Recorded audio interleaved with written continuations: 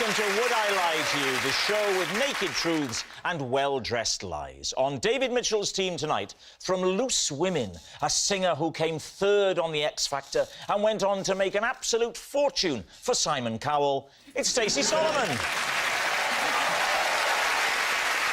And here to grab tonight's show firmly by the consonant, vowel, consonant, consonants from Countdown is Susie Dent.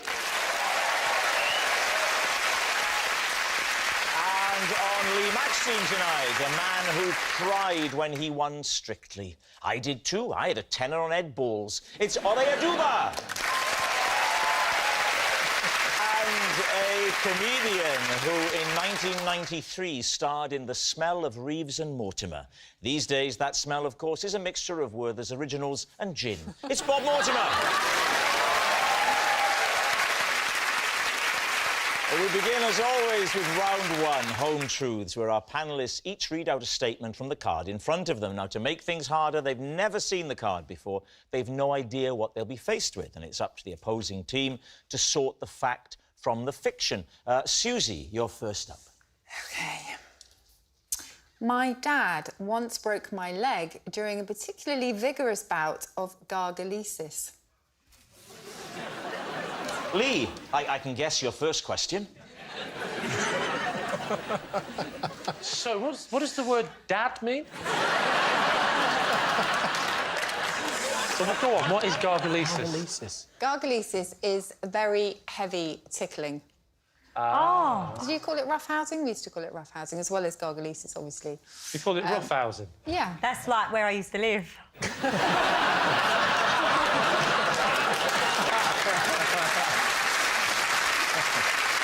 Talk us through the incident, then. How did it happen? Well, I don't like tickling at all. Well, you wouldn't now, would you?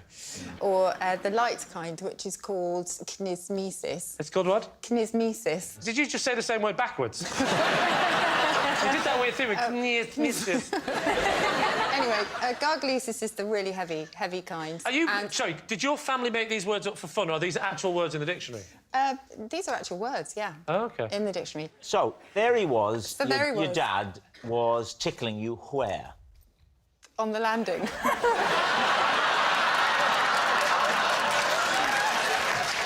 How old were you, Susie? I was 7. 7 years 7 of years. age. And how old was your dad at this time? My dad would have been... Oh, I don't know. Oh, you forgot you do the words, not the maths, don't you? Do you want to phone Rachel and get back to And so I, just because I absolutely hate tickling, was desperate to get away and went to move off, and in doing so kind of left my leg behind. Which leg was it, Susie? It was my left leg, and it's still ever so slightly crooked. Is it? Yeah. You were tapping your right leg before. Yes, it was. That's what I was thinking. Yeah, I mean, you do legs left and right. it's It my just, left leg. you know. So what do you think, Lee? Is that the truth? This is what might have happened. They might have given her a card with a word on, knowing she's a wordsmith. Yeah. And then she's gone, right, I better give a meaning to this word quickly. I'll say tickling. Well, I'll tell you what. Because Susie was coming on the show, we have got a dictionary. Ah. So... And is this cheating? Are we allowed to do this? I'm allowed to do whatever I want. Susie, would you spell it for me? It's the wrong way up. Would you spell it for me, please? Good job you put those glasses on.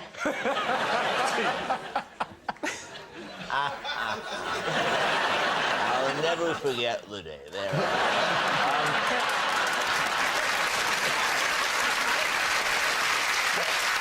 How do you spell it? G-A...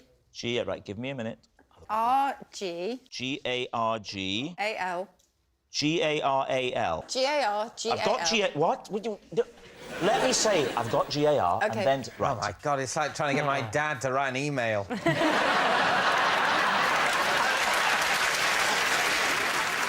No, it's not. It's seriously not in here. G-A-R, it goes from garfish to gargani, which is a small duck.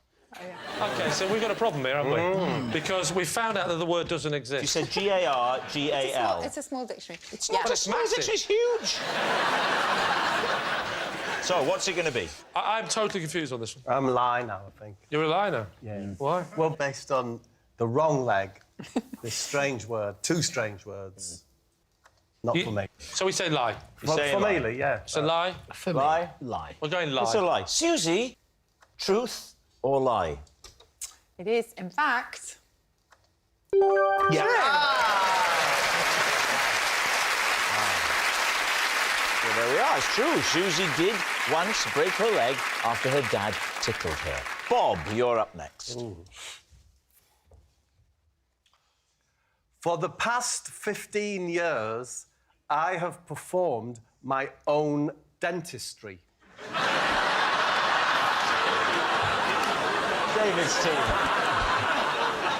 So, Give us a big grin. It could be true. I know that you're implying I'm a bad dentist. No, because even very, very, very good dentists sometimes get someone else to do their teeth. And by sometimes, I, of course, mean always. How do you do that? Like, do you... What do you do? Yeah. Well, no, the key to it is I don't do extractions. I haven't had to. I haven't. Fillings? I do Caps? fillings. I do fillings, crown replacement. I repair bridges. Specifically, I don't do, so don't ask, Stacey. I don't do implants. Oh. I don't do root canal. Do you drill? I do have a drill I use, You yeah. have to do a filling, you've got to drill it out first, haven't Exactly, yeah. Do you use local anaesthetic? Yeah. No need. No need. No need. Why? Because it's not true. The situation in my mouth is I have one very long piece of teeth, that white bit there. That's Yeah. all one piece, yeah? What? One piece. But Made to look like many teeth. Oh, it is. So that's It's false. false teeth. Yes. OK. Either end of this, I have two, what you call crowns, yeah? Right at the end. At the bottom, I have my own teeth here. As my dentist says, my bottom one's a poppadom colour, yeah? And my top one's a pilo rice. So who said that? My dentist. So this was some time ago? No. David, 15 years. I perform my own dentistry. Yeah. There's no exclusivity there. You still have a dentist, Yes. but you just don't let him do all the stuff. Yes. Why is your mouth in such a state? Because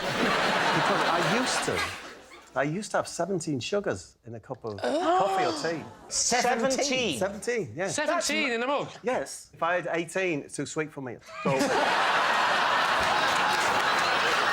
So the crowns would come off. I'd go to the dentist, yeah? He'd charge me 400 quid, yeah? To put them back in. And it's outrageous. And I heard this magic word. I heard him say to his dental nurse, Fuji 9. Yeah?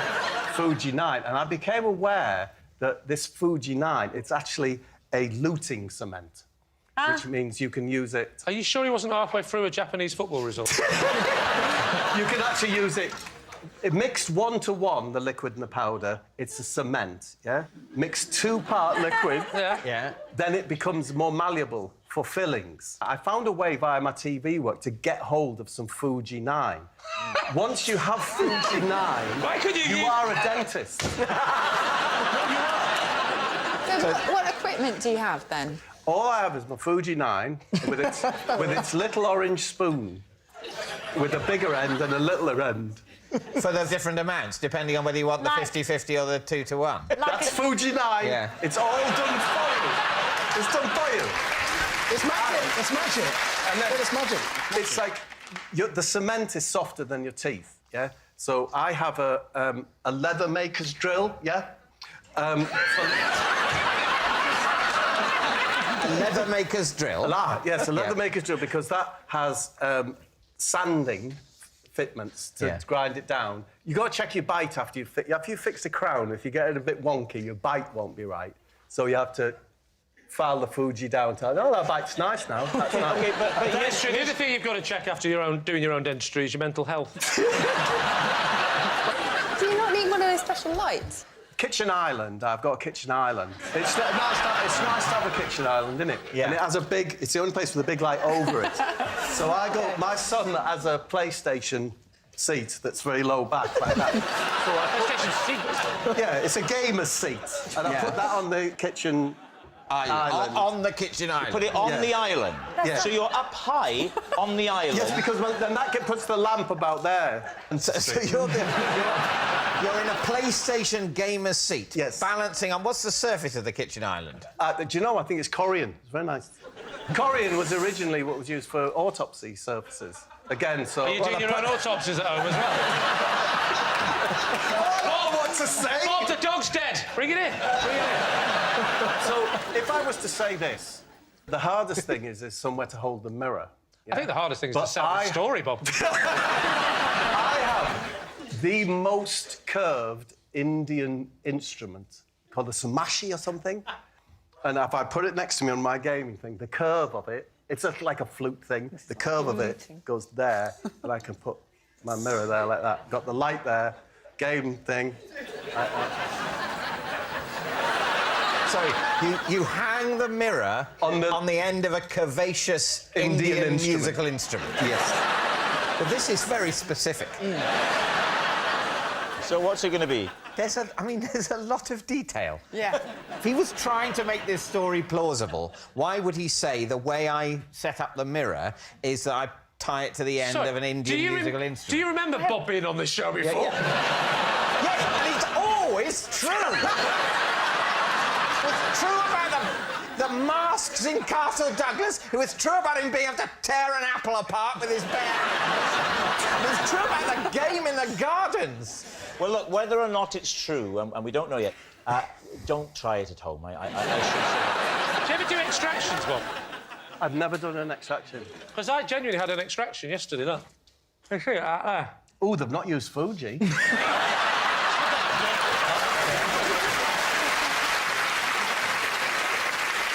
All right, so what's it going to be? I think it's true. You think it's what? I think it's true. So, Bob, is it the truth or is it a lie? It is true.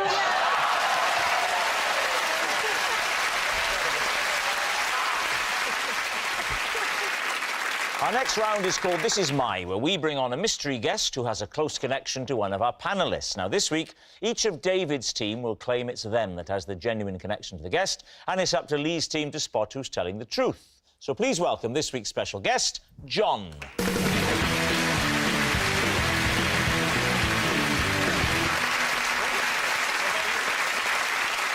So, Susie, what is John to you? This is John. He came to my rescue when I once got stuck in a tree. Stacey, perhaps you'd like to explain how you know John. This is John, and he once booked me to sing Happy Birthday to his tortoise. And finally, David, what is your relationship with John? This is John. He's the locksmith who came to rescue my locksmith after that locksmith got locked out of his van. Lee, where do you want to start? Susie, what were you doing up the tree? Well, I presume escaping your dad's tickles. I was rowing. Rowing in a tree? No, in a boat on my own for one of the very first times, because I'd always been out with John, who was my rowing coach. And when you're rowing, of course, you have to go steer backwards. And I steered straight into a tree, and it was a tree that was overhanging the river. And I got my rowing jersey. Call it a life jacket. No, well, I didn't have a life jacket. It was just a rowing jersey. A rowing jersey? Yeah. Did you have any sort of lifesaver on? No. Oh, dear. No. But I can swim. Well, I'll tell you what, if he really is your coach, then once this is over, I'll be having a pretty stern word with him. What, so a little bit of branch snagged your top? Yeah, but then it just dragged me into this labyrinth of branches. Oh, so now you're lost in the branches. So what happened? John saw me, and then John is a very tough coach. Quite quiet, it's isn't he? tough love, and he's quite quiet. This is quite... This.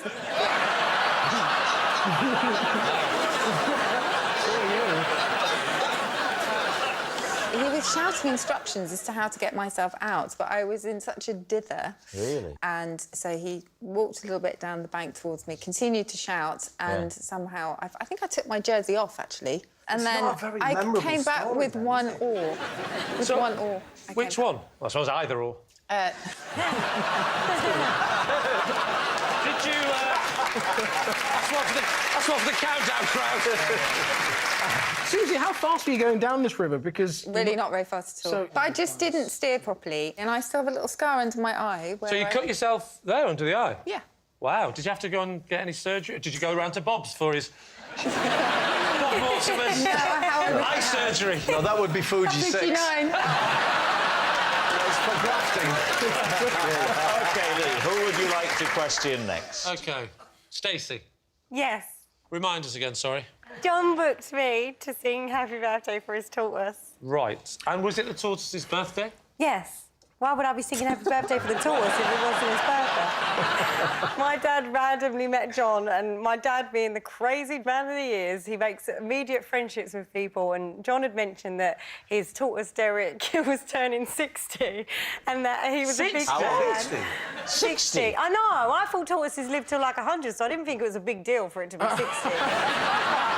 But he said that the tortoise was a big fan of mine and that he really wanted me to sing it. And my dad was like, you've got to start giving back to the community and doing nice things. So... Were you booked professionally? Were you paid? I was paid. You were?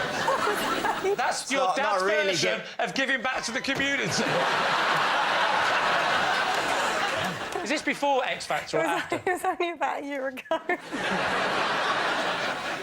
What was the party like? What was it? You arrived at the house, what happened? I arrived there about 3:30, and Derek was potting around in the garden, happy as can be, and yeah, there must have been about 10 other people. He's not a were these popular people? tortoise. They were John's friend, but John's got friends.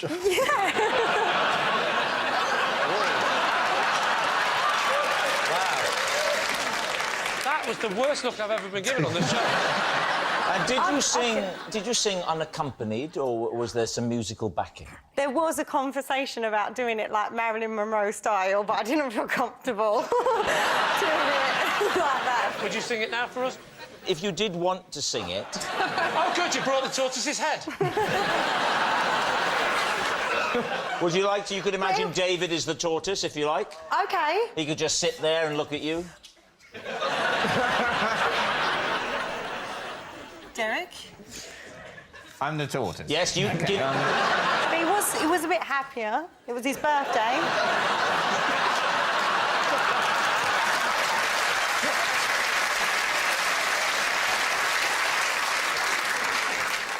It's me. Did you just say, it's me? It's me. Do you think he recognised you, the tortoise? It's my biggest Me fan. from X Factor.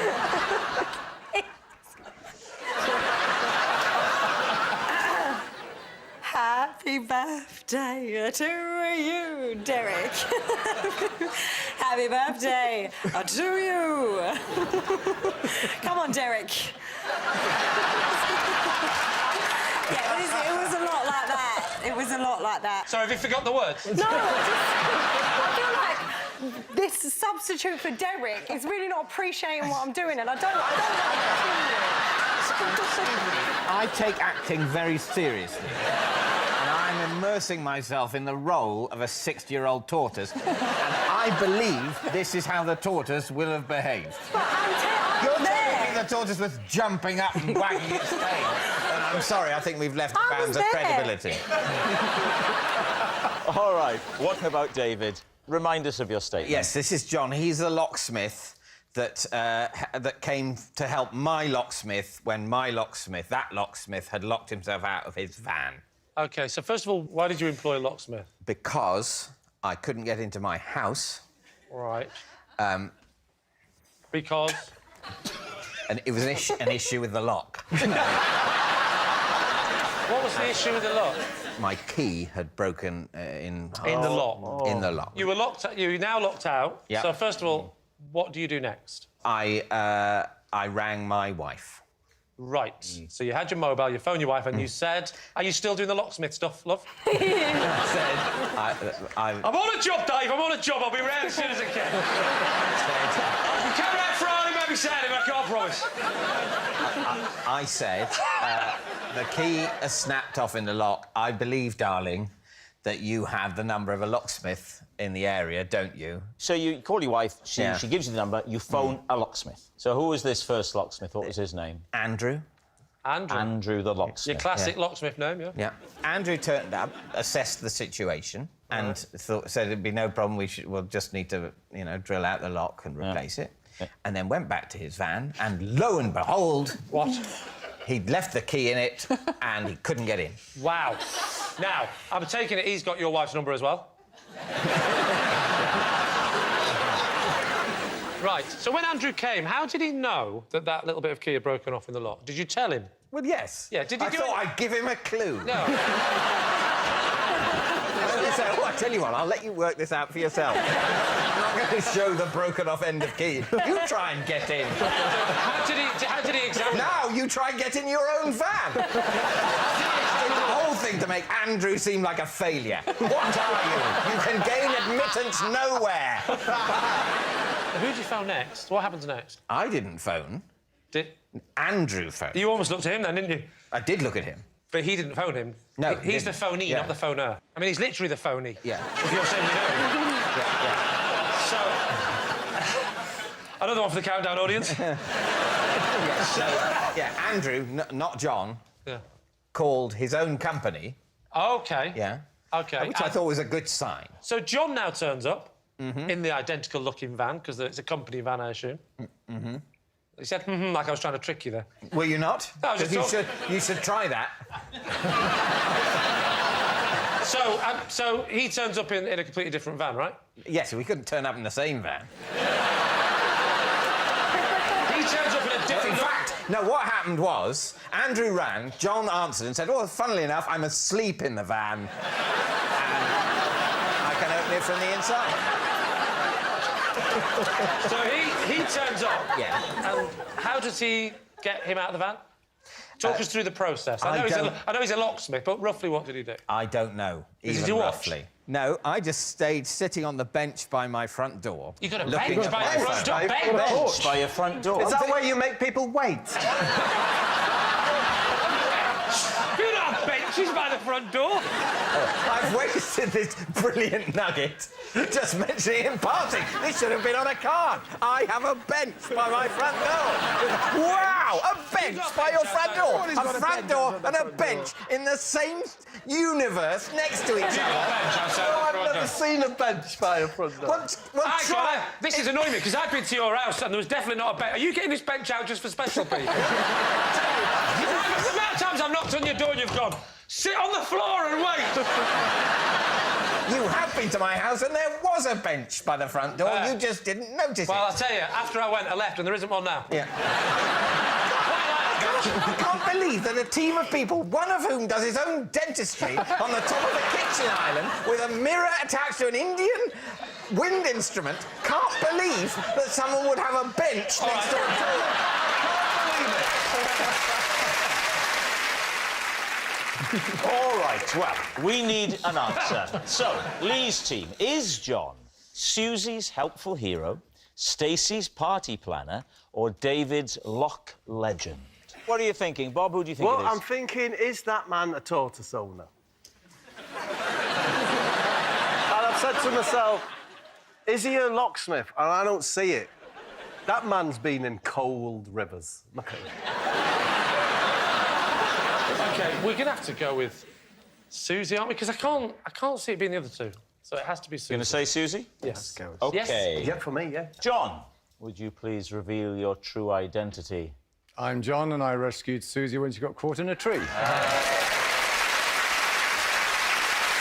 Yes, John is Susie's helpful hero. Thank you very much, John. Cheers. Which brings us to our final round, quickfire lies, and we start with... It's Lee. En route to a meeting at the BBC, I gave CPR to an OAP. David C. Pardon? How old? I'm 48. Why did she need mouth to mouth? Well, it turns out she didn't, and... but, you know, how do I know how you fix a sprained ankle? And And how did you encounter the OAP? The OAP was just outside the tube station where the BBC was, and soon will be again, I believe. Which line? What? Which line did you get on? I got the train to Waterloo, and then I got the tube. Which colour? Well, she started off sort of pink, then she went red. Then she went a bit yellow, and then I just got her back again. What colour tube? Funny enough, when I got back that day and my wife said, what's happened today? I think, well, what a journey. When did this happen? I believe that you've been on the London Underground. Thank you, Dave. Well, should we leave it at that? Not quite. Describe the scene. I saw people in a circle looking down on the floor. Right. Someone said, is anyone a doctor? And I said, yeah, there's loads of people. Yeah. She goes, I don't suppose you can do CPR, can you? And I went, can I do CPR? And as it happens, I can do CPR. So what does CPR involve? Yeah. Put my hand there, and I started doing this. Yeah. This. What's your rhythm? I did this. That's too slow. Yeah, that is slow. It's meant to be You want it in staying real- alive. I'm sorry, I thought you wanted it in slow motion. It's the music of staying alive. You wanted it in the pink beat, It's yeah, but my record player's broke.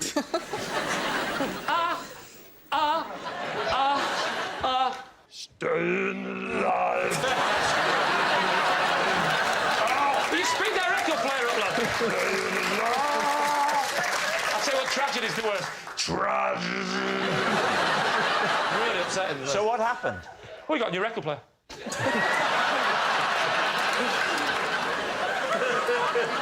How many of these did you do? I think I did. Stay alive. That was a problem. I paused for the high-pitched note, and she went blue again. Stay alive. Stay alive. This didn't help.